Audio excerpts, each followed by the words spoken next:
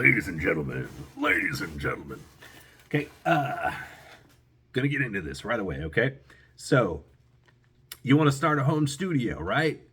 Right. That's probably why maybe you clicked on the video, or you just like looking at this face.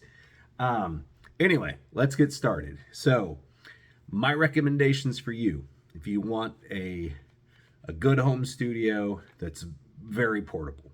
So, one, laptop. Okay, you can use a desktop. A desktop is actually probably easier and has more power, and you don't have to worry about a few things that I'm going to point out here in a minute. But if you're going the laptop route, you need at least 8 gig of RAM. I'd recommend even more than that if you could get it. 12, great, perfect. 4 gig of RAM, it's not going to work. Just, take that laptop, throw it in the trash, go buy a new one. Not that everybody has money to do that. You can upgrade some laptops. They will take an upgrade, or at least they used to back in the day, but it can be kind of difficult. So 8 gig of RAM. I definitely recommend a solid state hard drive. And the reason why is because the solid state just tends to work quicker.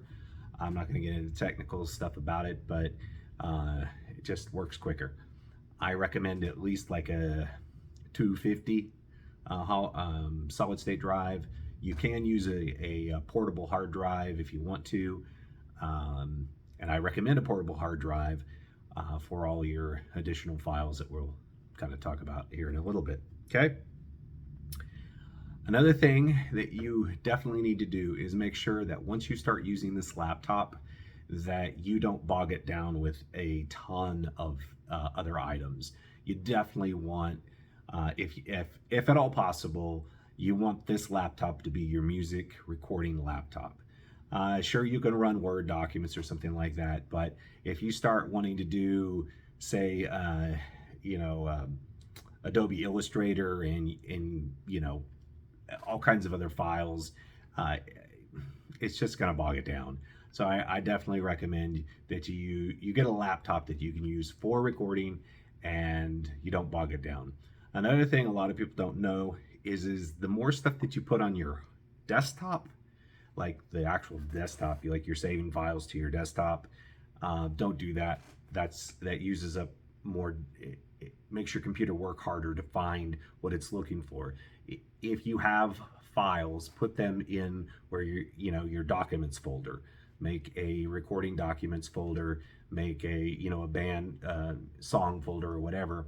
But I definitely recommend also, once you have completed a recording project, that you offload that information over to like a solid state hard drive portable to free up space. You don't have to do that right away, especially if you're just doing home stuff. But if you start recording a lot of songs, and you start recording bands, and you start doing all kinds of other stuff, you definitely want to offload that data to something else so it doesn't bog down your computer. Okay, so other couple of things that you may run into is that you need to plug in your laptop while you're recording. Keep your laptop plugged in. Also, there are companies that make you have to authorize your programs occasionally, and it's irritating because your laptop is going to run way better when you're not connected to the internet. Save yourself some time. Make sure when you get on your computer, I would suggest daily or every other day, restart your computer and make sure it has all the updates, especially if you're going to do a recording project, you're working with somebody else. You don't want to open up your computer and realize Windows has got to download, or if you're using an Apple product, you don't want to have to wait for that download to happen. Sometimes Windows can take 10-20 minutes before you're back up and running. Okay, so make sure it's plugged in, make sure you ensure it's updated, and make sure you're not connected to the internet. Another thing that will kill you is get rid of all the excess security stuff. Make sure you have security, that you're protected, that you get no spam and all that jazz, and you have a firewall, but you don't want that running in the background. That'll chew up your memory and it's just gonna slow you down. So get all that stuff turned off, update it, and turn off the internet. Don't turn off your security, but you don't need 5 different firewalls and all that other crazy stuff. Okay, so you heard me ramble for a little while. Now I have a prop. Yes, your next thing you're going to need is an interface. Do I have it the right way? I do. Okay, so this interface is got a nice little, it's got 2 inputs. Okay, so the nice thing is this input will actually take a microphone style plug-in. Let's see if I got one here quick. I do. It'll take this plug-in and it'll take this plug-in right in here. Pop. So this is what you need to actually record from your instrument to your computer. Now, I'm not saying this is the only thing that you can use. There are other items. There are amps that you can plug direct from your amplifier into your computer using like USB typically. So this is not the only option, but this is going to be one of the primary tools that most people use when they're recording, home recording. Now, once you get into a bigger arena, then you may be using, something that's vastly larger than this. But this has 2 inputs, and I would recommend that any home recording artist at least have 2 inputs, okay? Because if you only have 1 input, you're limited to 1 microphone, okay? So if you want to record somebody who's doing a acoustic with a vocal. So I recorded a good guy, a good singer guy that I had met, and he wanted to record his acoustic and his vocals at the same time. So I set up 2 microphones, and I was able to do that because I have this device. Okay, so you're going to need one of these, and we'll get into this a little bit more here in a little bit. Okay, so make sure I cover all my. This one right here is called a Focusrite. I definitely recommend Focusrite. I used this one for a few years. This is the first model, first series. So I definitely recommend getting a Focusrite. The new one I have is a Universal Audio Volt. I really like that, really low latency. And if you're not familiar with the term latency, it's basically I play my guitar and I want to be able to hear that through either my headphones or my speaker, just like that. I don't want to have to wait and then hear it, okay? Because doing that is really hard to record to, trust me. So also, I was going to get into this a little bit later, and I will. So we'll get back to this, okay? So audio setup on your computer. This is one of the trickiest things, and this is one of the things that will drive people nuts the most, okay? And you can probably watch somebody else's video where they're actually showing you how to do it, and I definitely recommend that. But here are some quick tips, okay? Generally, you're going to go to your DAW, and that's another thing I didn't put on my list, which was like, duh. You need a DAW. This is a digital audio workstation. There are tons of them. One of the easiest ones that I've used is Mixcraft, and they're at Mixcraft 9 now. It's cheap. You can generally get it for like $49, sometimes $29 on sale. It is a very easy to use digital workstation. And what a digital workstation is it's the thing that actually allows you to record from this to your computer to actually make your songs, your tracks. So, the digital workstation, generally, going back to that, I had to Mixcraft. I've moved up to, PreSonus. I can't think of the name of it. It's something 5, or I'm on 6 now. Let's see here if I can get my computer up and running while I'm chit-chatting. Brain fart moment happens. So I use Studio One version 6. I get confused because all these numbers, math.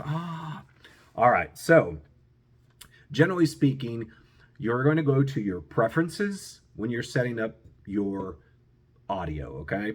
So it works with your computer. You're going to go to preferences. You're going to go to audio setup. You are going to select your audio device. You are probably going to see an ASIO driver. You will probably see a Windows driver if you're on a anything other than Apple. Um, I recommend that you go to the driver for the device that you have, and you'll see that in a little drop down. You should. Um, Now, when you plug this in, a lot of these automatically will upload drivers, but some of the new ones, like my Volt, I had to actually, it had the directions. I opened up the box. There's a website. You go to the website, and it does all the basic magic for you. Now, that's not always the case, but make sure the drivers are downloaded. And then when you plug that in, you should be able to see that in your little drop down. So you pick your device that you're using. Then you want to go to a sample rate of 44.1. It's like 44.100 is what you're going to see. Your device block size, you want about 256 samples, okay? And you want to set up your latency. Zero latency is almost ridiculous. You got to have a really good computer to handle zero latency. But you're looking, some of these are like, you're like 0.6. It's not going to make that big of a difference. But you do want low latency. So if you have a low latency option, you might want to select that, okay? So there you go. That's the easiest thing. So preferences, audio setup, sample rate, pick your audio device, sample rate, 44.1, block size about 256, and then you have some choices sometimes for latency. On this one, I had a choice for really low latency, and it set up my computer, basically isolated some things to help it run more lower latency. Okay, all right. So when you decide that you want to record, so you have a couple different options. So you can record your guitar with a microphone if you're wanting, and I recommend this is more of a direct microphone. It's going to capture a direct signal. Then you have another type of microphone that's more round, and it can capture a little bit more around the microphone. So guitar amps, this is perfect. This is kind of a knockoff of the Shure SM57. This is trying to find the name of it, digital reference, and it's basically the same thing, cheaper version. So you either get yourself a microphone, you plug it into here, okay, and you make sure that there are some settings on here, but there's a line in. Line in is for your microphone, and then there's actually another one that says instrument, and it should be, it should be obvious which one you're going to be using, but a lot of times I forget that, okay? So if you are going to be using direct, you're going to record from this directly into your computer using VSTs. I don't remember exactly what VST stands for, so I think it's virtual instrument something T. I have several different VSTs that I use. One of my favorites is Amplitude, and I don't get paid for saying that. I think I'm on Amplitude 5 now, and they have some amazing amp sims that you can use. Back in the day, I would like, no way am I ever using an amp sim. The technology has gotten so good, I really can't tell the difference. So anyway, there's Amplitude, there's iRig, Universal Audio has their own. There are a ton. And the nice thing is there are probably over 100 free ones out there that you can download that are really good. Just go online and go free guitar VSTs, and you're going to find some. Be wary though. Don't be downloading from like Russia. Okay, you don't want any um, crazy stuff on your computer. Okay, so one of the things that's very important about this device is gain staging. Gain staging is basically so that you do not have um, basically you're not redlining your signal. You're not distorting your signal. You don't want uh, your signal from your guitar going into here and being it's so loud that it's just distorting or it's causing fuzz or it's causing little pops or whatever. So gain staging is easy. This is your little knob here, and this one has a convenient little ring around it. And so, start kind of low, play your guitar, and then turn it up. And this one, as you get louder, it'll go from, I think it goes from yellow to orange to red. When you're in the red, you're too loud. Okay. So then you bring it back down. Another little tidbit is if you're playing high output humbuckers, this is going to have to be way down. Okay. If you're playing something that's got EMGs in it, active pickups, it's going to be way down. If you're playing something that's like a classic Les Paul, or you're playing a classic Stratocaster with kind of vintage style pickups, you're probably going to have to turn your gain staging way up. And maybe not way up, but you want to make sure that you are not hitting the red. Okay, so stay out of the red. And that's pretty much the same thing for every one of these interfaces. It's going to show you some kind of indicator that you are clipping the signal. That's the word I was looking for earlier. And you don't want to clip your signal. Okay. Another thing that you're going to need besides this is you can plug in headphones right there. But you also have the option on the back here. You've got a couple outs, and then you have your RCA jack type outs. It's very, very helpful if you have some monitors. So you don't have to spend an arm and a leg on monitors. The ones I have right now that I'm using are about $100 for the pair. They're not the greatest. I'll probably upgrade again at some point. I just had some monster ones that I didn't need, especially since I'm doing home recording. All right. So this video is getting long, but we're going to keep going, okay? So hopefully I don't time out on this thing. Drums, quickly. You can live mic your drums, or you can use an electronic drum set, which I got back there in the corner, or you can use instrument tracks, VSTs. There's a company called Toontrack, and they do drums, and that's all I use. I did get a friend of mine to play drums on one track just recently, and that was awesome. But being I'm record at home, I don't have time to go find a drummer and I can play drums, but I'm not that great. Toontrack, look it up. It's really easy. It's just a drop and drag kind of thing, drag and drop kind of thing. And you find the different samples that you like, and you can manipulate the samples. You can speed up the samples. You can slow them down. You can pick fills, and it's really easy. It's actually a lot of fun. They have all different kinds of drum sets that you can pick from, different sounds. And the thing is like these are sounds that are recorded in multi-million-dollar studios that I will never have access to. So that's why I use them. Okay. If you're recording live drums, this is probably not going to help. Okay. You can do a plug-in, and you can go to like a desk, and then set up all your faders and all that stuff and record through a can't remember the word I'm looking for, but through one of those desks, and you can do the little things with the lines. Anyway, I did that once with a buddy of mine. He had a 4-track or a 6-track little controlled desk. I can't even think of it. Nev console. Okay, there you go. Neve.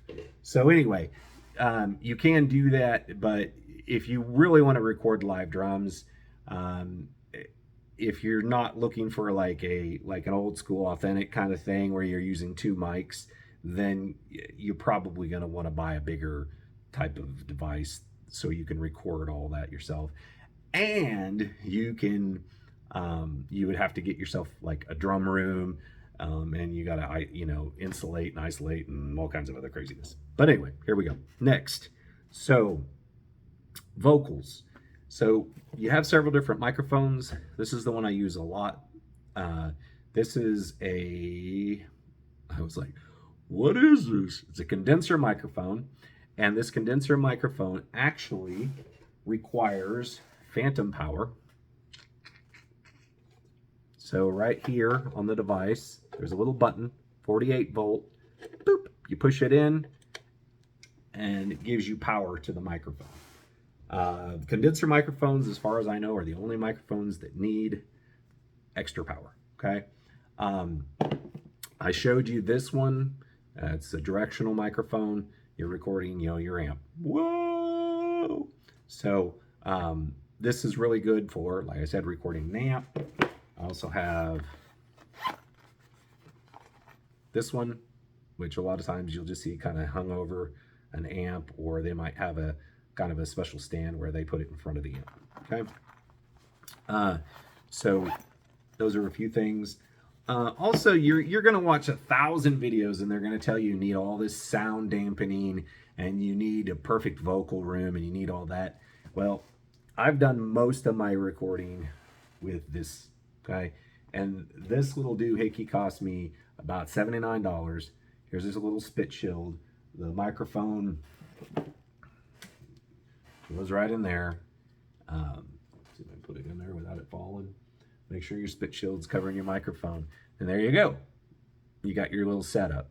You need a little more isolation. You want to cancel out the noise a little bit more. Grab a closet, And that's what I did on one of my first albums, Tracy Street and the Go-Getter 500 Band, God Monsters. I recorded like probably 80% of the vocals while my wife was on a treadmill over here. Dum, dum, dum, dum, dum, dum. You can't hear it. Some people are, they're really, really like, I gotta have it really quiet. I gotta have blah, blah. And I don't think you need to get that crazy about soundproofing your room. And a lot of times, mixing, you can mix a lot of what you've got to mix over headphones. And that's another thing I meant to mention. I did say about the speakers, but also a good pair of headphones. You don't need to go crazy. Audio-Technica has headphones that I use quite regularly. Love them. Boop, boop, right there. These are I think they're the 30s or the 40s or something like that. So anyway, this video is getting long, but I wanted to give people who were looking into getting started with a recording studio, home studio, some information that could be helpful. If it's not helpful, go watch another video. So anyway, I hope you're having a great day. I hope you get to record some really cool stuff in your home studio. There are other obviously things that you're going to need guitar cables, and you're going to need these cables, RCA. These aren't RCA. I can't remember. Anyway, you're going to need microphone cables, different things like that. But recording at home, even though I've crammed a lot of into this, and it's a long video, and if you're still watching, good on you. It's not as hard as you might think. And if you have any questions, hit me up in the comments, and I'll help you out. And if you want to subscribe, get me over 200 subscribers. That would be awesome. I don't do this for the money. I don't make anything off of this. I don't make anything off of my recordings. But you know what? It's fun. And that's why I do it, and I like to help. So take care, God bless, and happy holidays. And if you're not watching this during the holidays, then happy day. All right, bye.